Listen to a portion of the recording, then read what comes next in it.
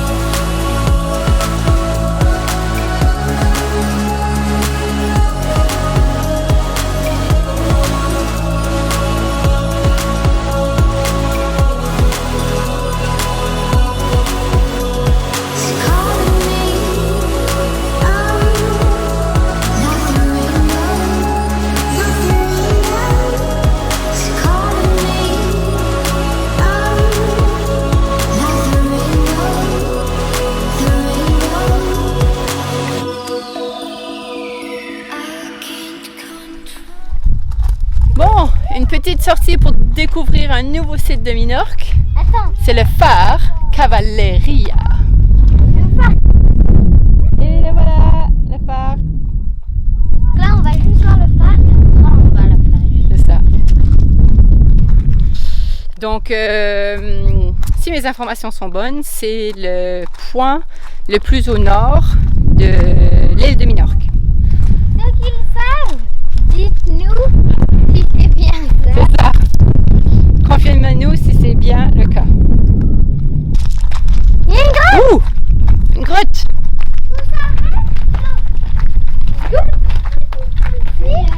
peut être la France. Ouh, spooky! Il y avait une affiche qui expliquait? Non. Eh bien, c'est une grotte, à la découverte de la grotte. Attends, on va essayer de... Ah, mais il faut rien. Des fois s'habituer. Tout noir. Il faut y aller tout doucement. Il y en a. Il y a une autre porte là-bas. Moi, vas-y, éclaire-la, la porte. Ouh, waouh. Attention, vous mettez les pieds. C'est mieux de partir vite fait. C'est mieux de partir vite fait. Regarde par terre, papa. Par terre, mieux. Elle est dangereuse, d'accord.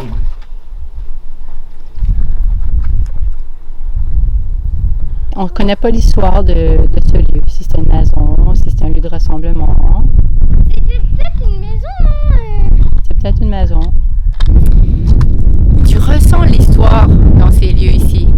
Tu ressens que ça fait vraiment longtemps, ça a été à la fois préservé naturellement, ça veut dire que tu peux encore voir les choses presque comme c'était à l'époque, mais sans toutes les barrières et tout ça un peu touristique. Fait que c'est vraiment c'est charmant.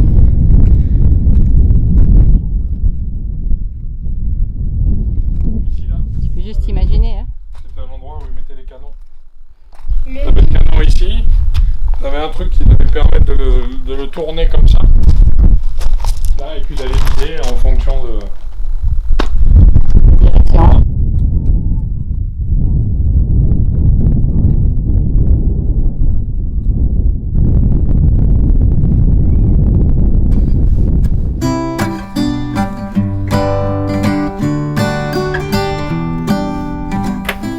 Parmi les lieux incontournables à visiter, il y a de toute évidence Ciudadela. C'est l'ancienne capitale de l'île. Au début du XIe siècle, elle était le lieu de siège des chevaliers installés par le roi pour la protéger. Puis en 1558, elle fut complètement détruite par 15 000 pirates turcs. Aujourd'hui, c'est une petite ville paisible, avec son port qui s'enfonce dans les terres et bien abrité des vents dominants. On profite que les enfants soient restés avec des amis pour nous accorder un tout petit peu de répit à deux. Parfois, ça fait le plus grand bien, surtout dans ce style de vie où nous sommes toujours ensemble.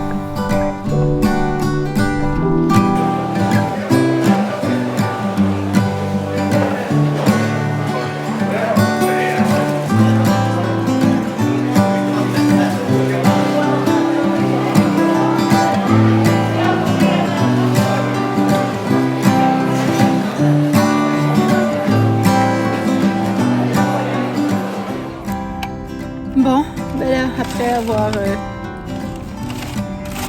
cherché pour les pièces pour le bateau et avoir finalement trouvé le marché de Ciutadella, c'était vraiment beau, on est arrivé vraiment à la dernière minute, ce fait qu'on n'a pas pu pleinement profiter, mais au moins on est passé. C'est vrai! Waouh! Fait qu'on vient de s'arrêter à l'entrée du port de Ciutadella. Et puis, je ne sais pas si vous pourrez le voir à la caméra, mais là-bas, on voit Majorque. Excellent! Excellent! Une vue sur Majorque. Puis là, on déguste des petites... Des feuilletés.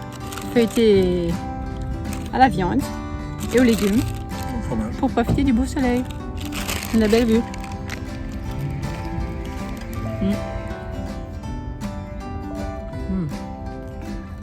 C'est beau.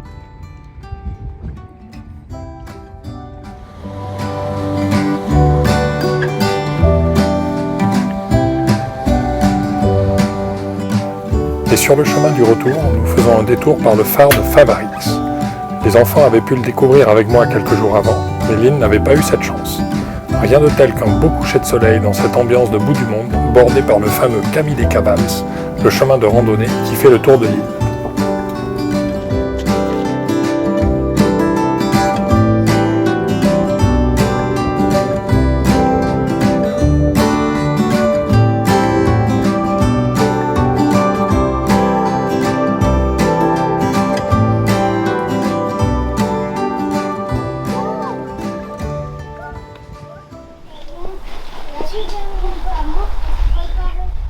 Mais le trésor de l'île, au-delà de ses criques aux eaux cristallines, c'est bel et bien son héritage de l'époque talaïotique qui date d'environ 3 siècles avant Jésus-Christ.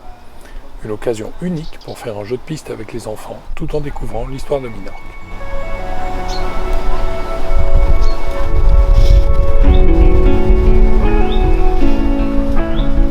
Alors, sur les sites, vous y trouverez les petits chocolats que vous pourrez partager avec votre copain, ainsi que de petites devinettes. Tu crois avoir vu un où? Ici, mais on n'a pas vu. Il y en a pas. Parce que j'avais vu un truc qui brillait. C'était presque un bon bébé là. Until you came knocking at my door. It's hard to be this real.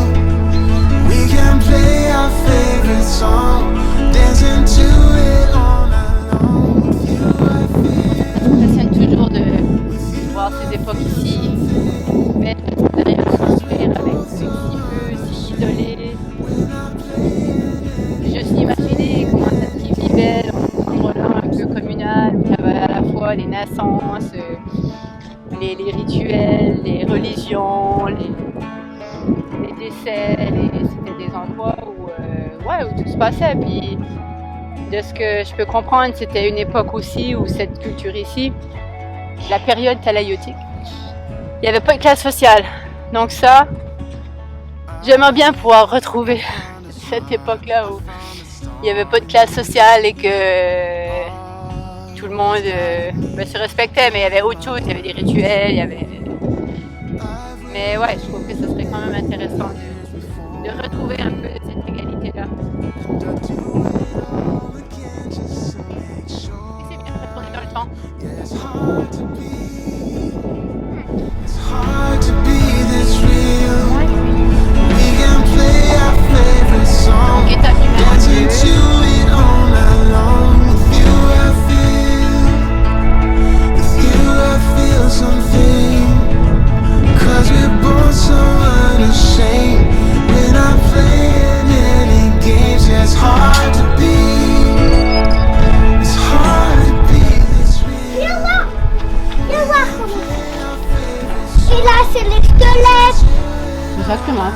Là, il y a 2 étages. Un étage en haut et un étage en bas. L'étage en haut, c'est pour tous les os qu'ils mettent. Et puis en bas, c'était pour un peu la célébration, si tu veux, pour dire au revoir aux défunts, la personne qui est décédée. Allez, go! Papa nous attend.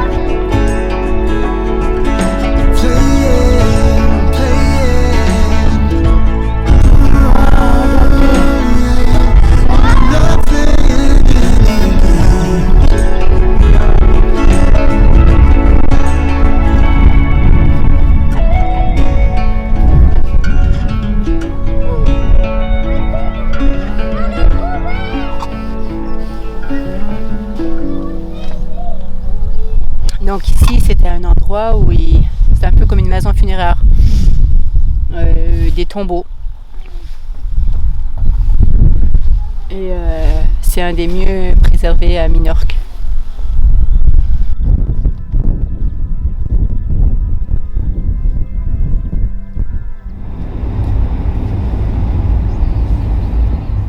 Et on poursuit notre visite vers Cala Morel.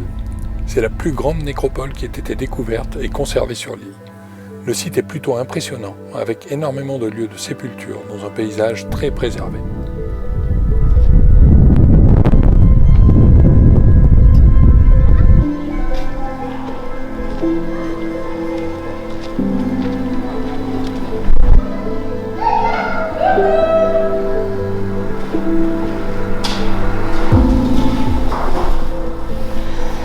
Alors ici, on est dans la nécropole de Cala Morel. Honnêtement, ça a l'air plus des espaces de vie que des lieux d'enterrement. Parce que ici, on peut vraiment imaginer une cheminée pour cuire. Puis ici, franchement, j'aurais bien imaginé ça comme une cuisine. Avec une super vue en avant, avec le beau paysage.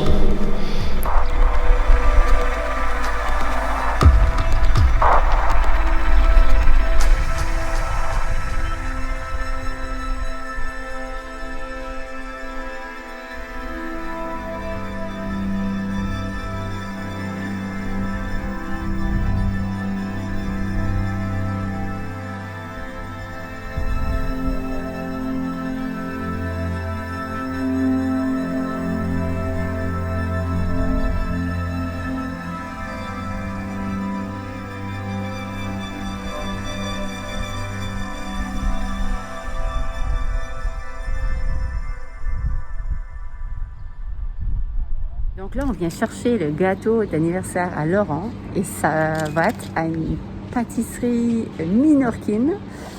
Donc j'espère que ça va être ouvert et puis qu'on pourra trouver le gâteau qu'on veut. Allons voir.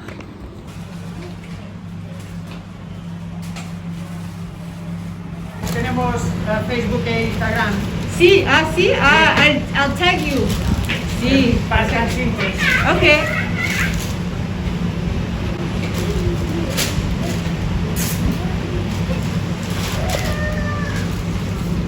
Ça va être très bon. Mission accomplie. On a réussi à trouver le gâteau typiquement ménorquin. Ça va être bon.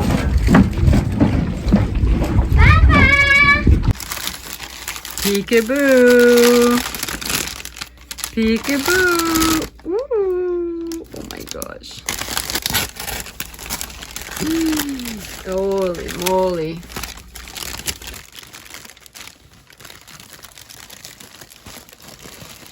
Cette pâtisserie, c'est un bagnès. Et les meilleurs se trouvent à Alayor. Et dégusté avec un limoncello fait maison offert par nos amis de Sailing Madrugada, c'est juste un délice. Mais franchement, pour mon anniversaire, je suis plutôt choyé. En plus de ça, nos amis nous ont préparé une paella que nous dégustons en petit comité et dans une ambiance plutôt relaxe.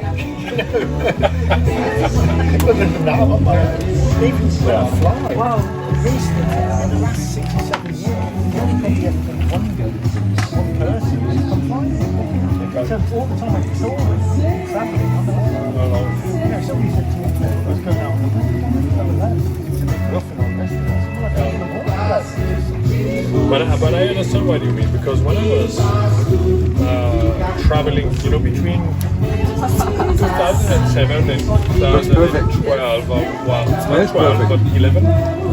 So by the time I went to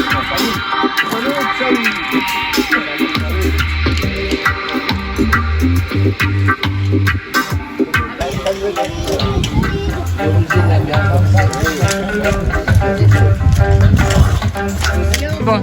Oui, c'est bon.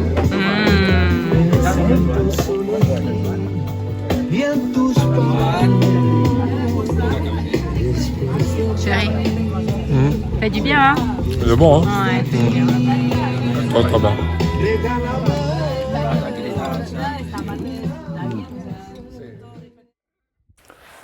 Nous ne pouvions pas quitter Minorque sans prendre un peu d'altitude au mont Del Toro, le point culminant de l'île. Même si la météo n'est pas vraiment de notre côté, le panorama reste impressionnant. Là, on est au plus haut sommet de Minorque, au sanctuaire El Toro. Ça nous permet d'avoir une super vue autour de l'île.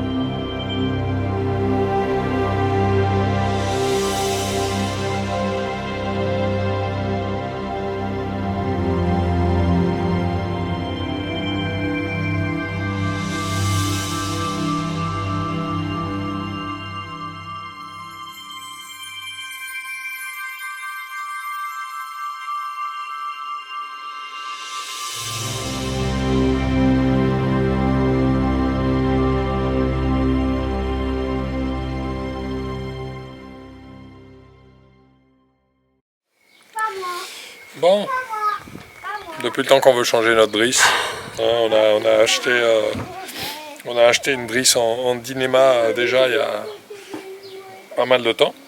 Puis on attendait pour pouvoir la changer, mais là, étant donné qu'on n'a pas envie que ça pète, quand ça va péter dans des grosses conditions, et ben on la change maintenant. On a fait 2 surliures plutôt, pour faire en sorte que les 2 drisses puissent monter sans se coincer. J'espère que ça ne se coincera pas. Il aurait peut-être fallu que ce soit un peu plus proche l'une de l'autre. Mais bon, on va voir ce que ça donne.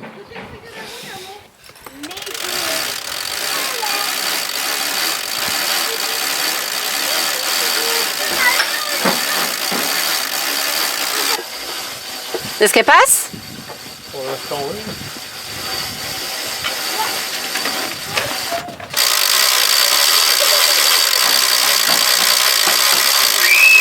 Elle est là. Cool. Ah, excellent! Du premier coup! Attends, elle est pas passée. Faut pas que je parte trop vite. Okay.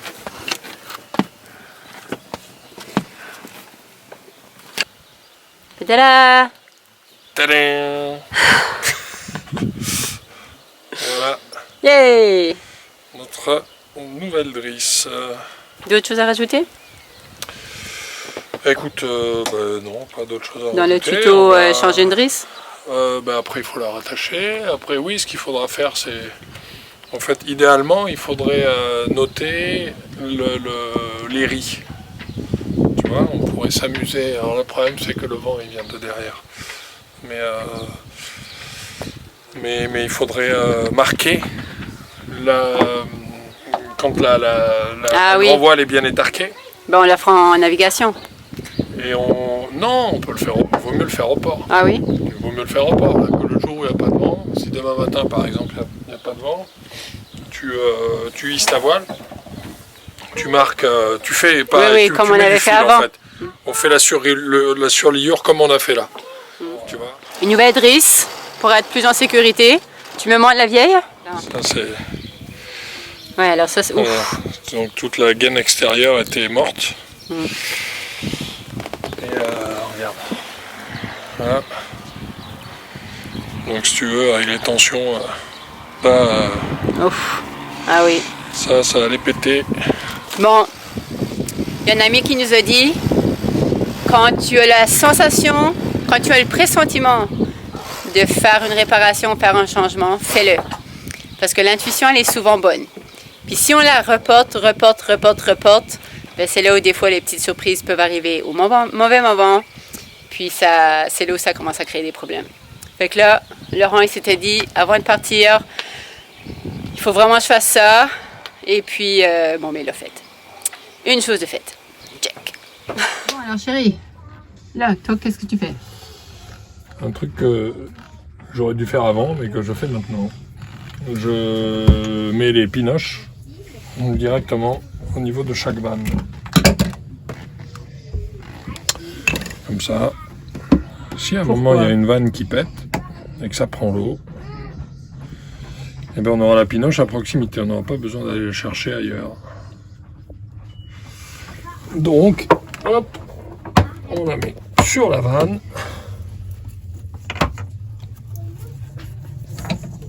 Et voilà. Excellent. Et au moins elle est là. Elle ne s'échappera pas. Ça, c'est pour éviter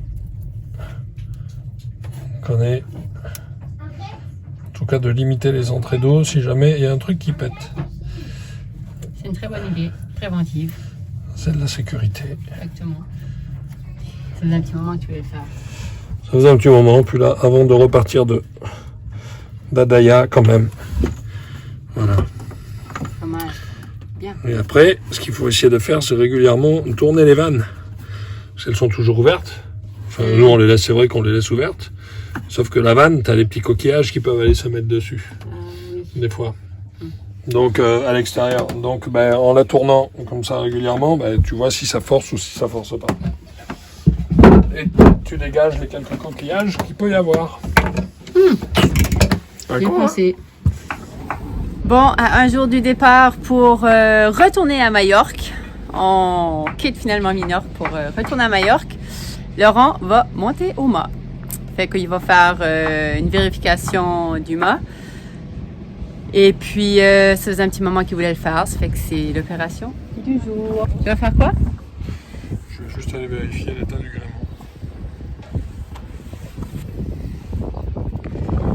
Voilà, être sûr que... Bon, finalement, changement de temps. C'est moi qui vais monter au mât. Finalement, l'affaire du winch électrique, ça fonctionnait pas. Fait que ben, je suis montée, puis mission accomplie, je pense.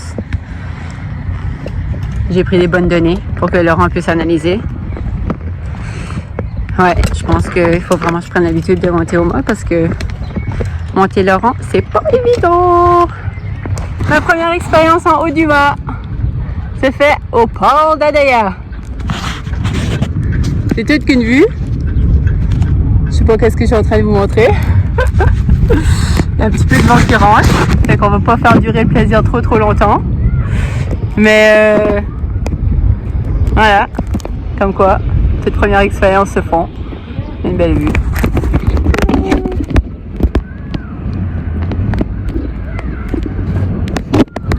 Je vais faire l'inspection. J'espère que je fais du bon travail. Ok, on descend.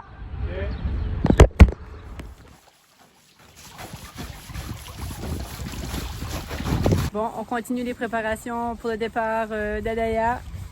On a sorti l'annexe de l'eau, on le frotte parce que franchement, même après 1 mois et demi, il y a de l'algue qui s'accumule sur la coque de l'annexe. Ça fait qu'ils sont forts au travail. Ça fait plus qu'un mois qu'elle est dans l'eau. Ben, relativement parlant, ça fait pas si longtemps que ça. Moi, je croyais que ça allait durer 20-30 minutes à la nettoyer. C'est du boulot. Du boulot. Vous avez pas vu quand c'était sale, mais c'était du bon boulot. C'était vert. Du vert et du vert.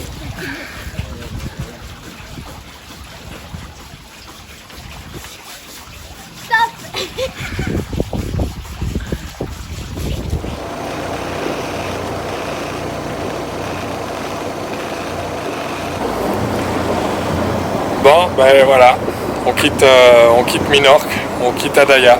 On sera resté 2 mois ici, quasiment. C'était complètement inattendu, mais on s'est tellement plu dans ce coin-là, à faire plein de belles rencontres, qu'on avait décidé de rester ici, puis d'en profiter et de visiter à partir d'un point d'attache Adaia. Et puis là, on retourne sur Pollentia, à Majorque. On va avoir à peu près 10 heures de navigation, probablement pas mal de moteurs vu la météo. Et puis c'était la fenêtre la plus prudente pour nous. Après ils annoncent des vents du sud, donc c'était pas forcément favorable pour descendre. Et puis après un gros coup de vent en début de semaine prochaine. Voilà, donc on voulait pas rester beaucoup plus longtemps. Ici on a vu à peu près tout ce qu'on devait voir, les enfants sont régalés. Et ben maintenant on est reparti pour Majorque. Bon, on aurait eu beaucoup de bons moments à Adaia, mais j'avoue qu'une des choses mémorables de Adaia, c'est le slalom de l'entrée et la sortie du fjord d'Adaia. Mais bon, on passe vers autre chose, vers d'autres horizons. On va retourner à Majorque et puis continuer notre aventure.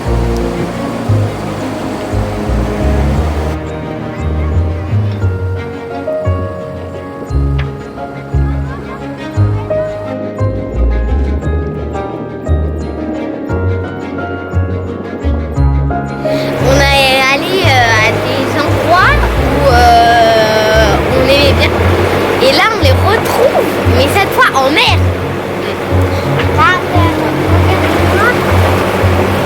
Là-bas, je sais pas si vous allez bien voir, mais là-bas, il y a la plage.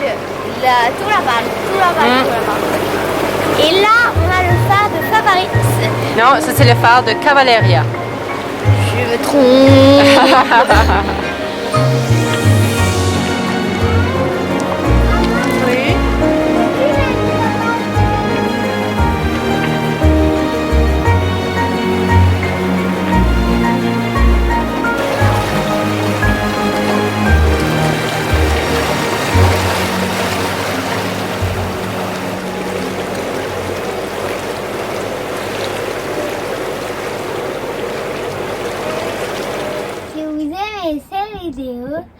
N'hésitez pas à liker, commenter et mettre des pouces bleus.